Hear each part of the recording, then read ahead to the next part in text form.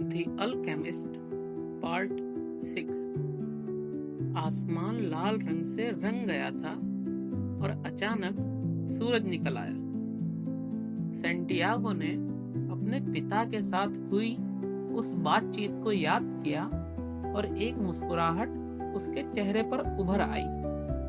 उसे खुशी थी, वो कई किले देख चुका था और कई औरतों से मिल चुका था, लेकिन कोई भी उस लड़की जैसी नहीं थी जो कुछ दिन बाद उसे मिलने वाली थी। उसके पास एक जैकेट था, एक किताब थी जिसे वो किसी दूसरी किताब से बदल सकता था और उसकी अपनी भेड़ें थी।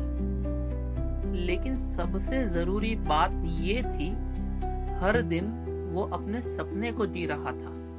अगर एक दिन वो एंदालूसिया के मैदानों से थक जाता तो अपनी भेड़ों को बेचकर समंदर की तरफ निकल सकता था, और जब समुंदर भी उसके लिए एक पुराना रास्ता बन जाता, तब तक उसे दूसरे शहर, दूसरी औरतें और खुश होने के दूसरे मौके पता चल चुके होते।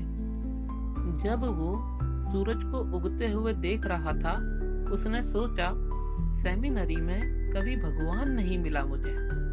जब भी मौका मिलता वो किसी नई राह पर निकल पड़ता।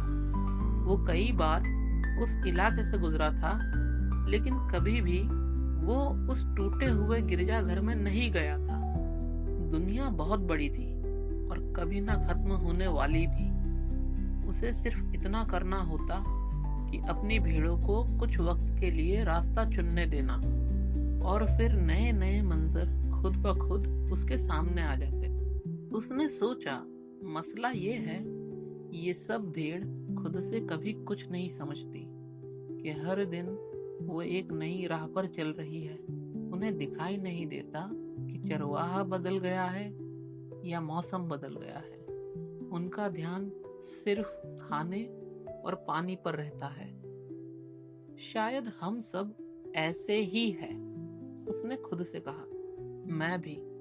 जब से मैंने उस व्यापारी की बेटी को देखा है, मैंने किसी दूसरी लड़की के बारे में सोचा ही नहीं। सूरज की दिशा को देखते हुए उसने अंदाजा लगाया कि वो दोपहर से पहले तारीफा पहुंच जाएगा। वहां जाकर वो अपनी किताब को किसी मोटी किताब से बदल सकता है, अपनी वाइन की बोतल भर सकता है और अपनी शेव और बाल कटवा सकता है। सैंटियागो उस लड़की से मिलने के लिए खुद को तैयार करना चाहता था। वो ये सोचना तक नहीं चाहता था कि कोई और चरवाहा जिसके पास बड़ा भेड़ों का झुंड हो और उससे पहले वहां पहुंच जाए और उस लड़की का हाथ मांग ले। उसने सोचा, सपने के सच होने की उम्मीद ही जिंदगी को दिलचस्प बनाती है। फिर अचानक एक बात उसके जहन में आई। तारीफा में एक बूढ़ी औरत रहती है जो सपनों की ताबीर करती है।